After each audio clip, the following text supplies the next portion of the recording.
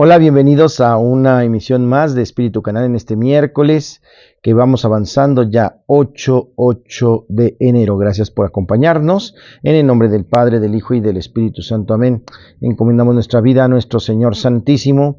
Le pedimos nos proteja nuestras actividades que hoy vamos a realizar, nuestro trabajo, nuestras diversiones, nuestros compromisos, nuestros encuentros, nuestros estudios, que nos permita crecer en la fe siempre, porque el Señor nos ama y creemos en Él. Gracias, Señor, porque estamos aquí. En el nombre del Padre, del Hijo y del Espíritu Santo. Bienvenidos todos a Espíritu Canal. Estamos ya en este miércoles.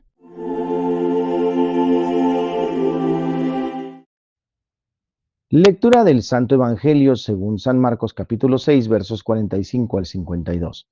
En aquel tiempo, después de la multiplicación de los panes, Jesús premió a sus discípulos a que subieran a la barca y se dirigieran a Betsaida mientras él despedía a la gente.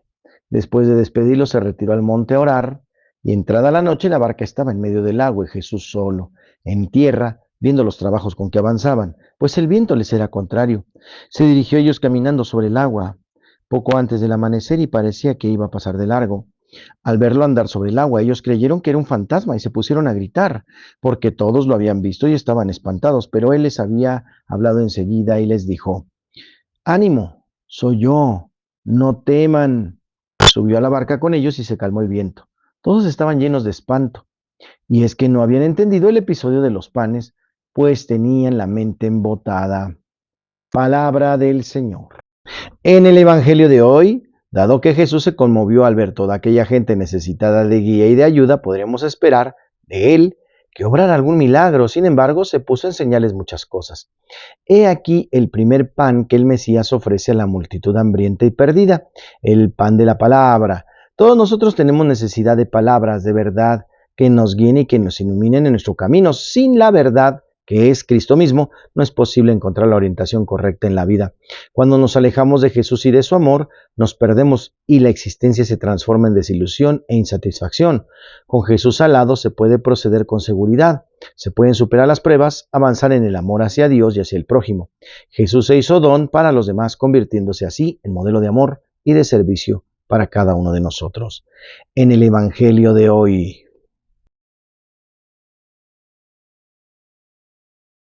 en el tema de hoy, ¿qué es la Iglesia Católica?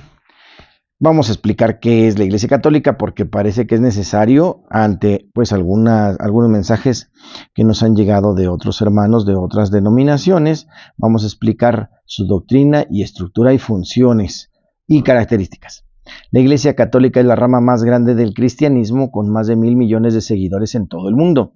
Se le considera la iglesia más antigua y tradicional dentro de la iglesia cristiana, ya que se remonta a los tiempos de Jesús, que la fundó, y sus apóstoles, según la tradición católica. Su doctrina se basa en la creencia de la Trinidad, la Santísima Trinidad, Padre, Hijo y Espíritu Santo, la autoridad del Papa como sucesor de San Pedro, que es uno de los apóstoles de Jesús, y la enseñanza de que la Biblia y la tradición eclesiástica son fuentes de revelación divina.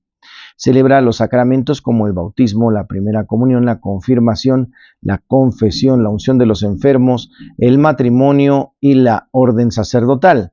La autoridad central de la Iglesia Católica es el Papa, quien lidera la religión desde la sede central de la Ciudad del Vaticano en Roma. Se lo considera el sucesor del apóstol Pedro, a quien se le atribuye la fundación y organización de la Iglesia Católica. La palabra iglesia proviene del griego eklesia, que significa asamblea o convocatoria. Originalmente se refería a la comunidad de creyentes cristianos. Católica deriva del griego católicos, que significa universal, término que acuña San Ignacio de Antioquía, él se lo debemos, y alude a la imposición de una doctrina global y unificada, establecida desde los primeros siglos del cristianismo y consolidada después del Concilio de Nicea del año 325 después de Cristo. ¿Quién funda la Iglesia Católica? De acuerdo a la tradición católica, el fundador de la Iglesia es Cristo en Simón Pedro, el primero de los apóstoles de Jesús de Nazaret. Tras la muerte de Jesús, sus discípulos comenzaron a predicar sus enseñanzas y se diferenciaron del judaísmo en los siglos siguientes. Se fundaron las diferentes comunidades de creyentes cristianos en el Imperio Romano. y a pesar de las persecuciones que sufrieron los cristianos en los primeros siglos de su historia, la religión se difundió entre la población. En el siglo IV después de Cristo, el emperador romano Constantino se convirtió al cristianismo y cambió la historia de la fe. A través de diferentes concilios, reuniones de obispos, se consolidó la organización jerárquica de la Iglesia y se estableció una doctrina homogénea que dejó atrás las diferentes interpretaciones de la enseñanza de Cristo. Vamos a ver entonces las características de la Iglesia Católica. Primero, la antigüedad. Dentro del cristianismo se considera a la Iglesia Católica como la más antigua y la heredera de la Iglesia fundada por San Pedro, el apóstol que fue apóstol de Cristo. La doctrina, la Iglesia Católica sostiene que Dios es trino, Padre, Hijo y Espíritu Santo, y que Jesucristo es el Salvador del mundo y que la fe católica es el medio a través del cual Dios ofrece la salvación sobre toda la humanidad. Es una comunidad mayoritaria, el catolicismo es una de las religiones más populares del mundo y en la actualidad cuenta con más de 1.000 millones de fieles, lo que representa más del 18% de la población. Su autoridad papal. El Papa es el líder supremo de la fe católica y reside en la Santa Sede del Vaticano en Roma. Los sacramentos. La Iglesia Católica celebra 7 sacramentos que son signos de la gracia de Dios. Estos son el bautismo, la confirmación, la Eucaristía, la penitencia, la unción de los enfermos, matrimonio y orden sacerdotal. La doctrina de la Iglesia Católica, de acuerdo con su doctrina, la Iglesia Católica tiene 4 marcas o atributos fundamentales que definen sus propósitos. La Iglesia es una, santa, católica y apostólica. Estos 4 signos, estas 4 marcas deben entenderse de la siguiente manera. Unidad. La Iglesia es una porque es un solo cuerpo bajo un solo Señor, un solo bautismo, una sola fe. Jesucristo, con una sola fe y un solo bautismo, se busca la unidad de todos los creyentes en el amor y la verdad. En un rebaño, a pesar de estar compuesta por distintas partes, actúa como un cuerpo unificado, armónico y homogéneo. Santidad.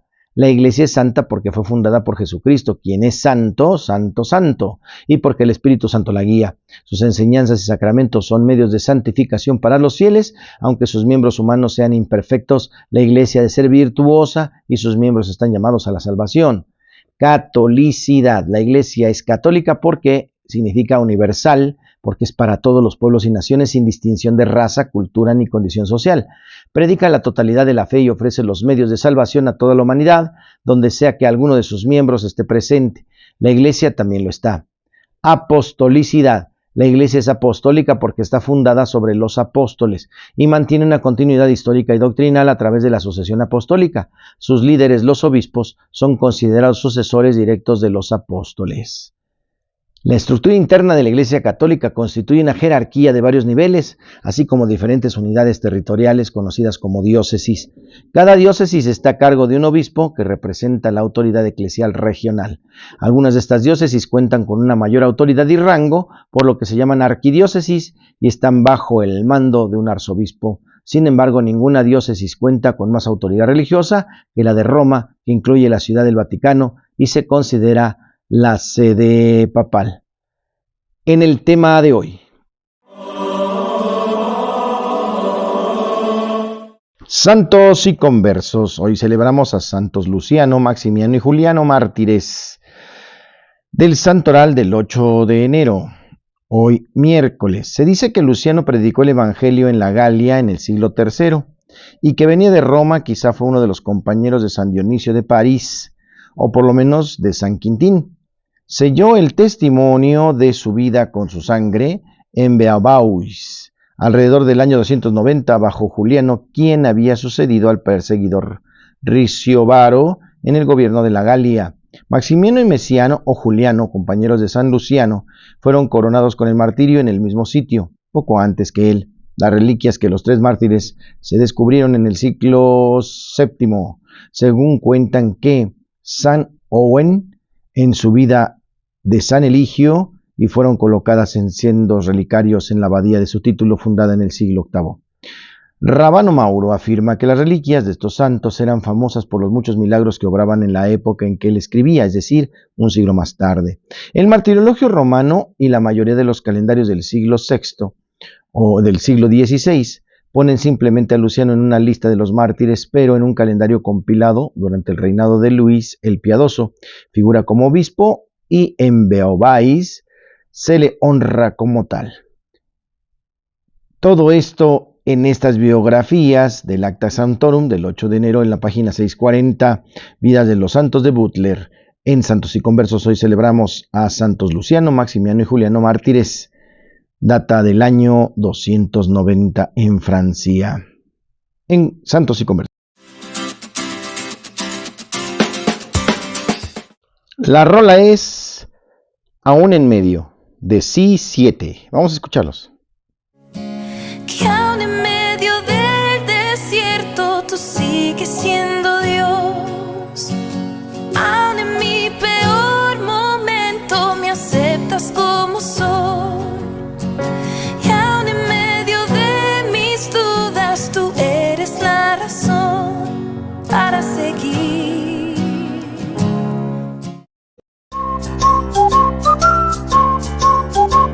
En el chiste, el psicólogo, el psiquiatra, sorprendido de que la dama traía a su perro. Disculpe, yo no puedo atender a su perro, yo atiendo a personas. No, pero este caso lo amerita. A ver, perro, dime, ¿qué me dijiste en la mañana? Y el perro empieza, miau, miau, miau.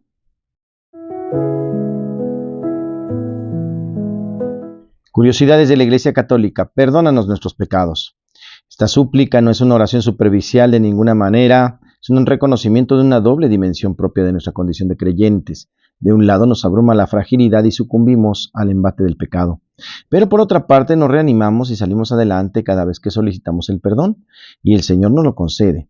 La esperanza en la victoria de Dios y su reinado nos sustentan. El apóstol San Pablo nos comparte los altibajos y desatinos que contaminaron la relación entre los mismos apóstoles. Cuando trataron de congraciarse con los miembros del partido judaizante, en la confusión fueron arrollados Pedro y Bernabé. San Pablo se mantuvo firme y no mediatizó la verdad del Evangelio, resistió sin vacilar las tensiones, los problemas y la verdad del Evangelio, resistió sin vacilar. Las tensiones que se generaron en esa ocasión dividieron momentáneamente a los apóstoles, la unidad se fragmentó, pero finalmente prevaleció la fe genuina y se perseveró en el Evangelio de la libertad cristiana. En curiosidades. Y es así como damos gracias por este video que el Señor nos permite terminar.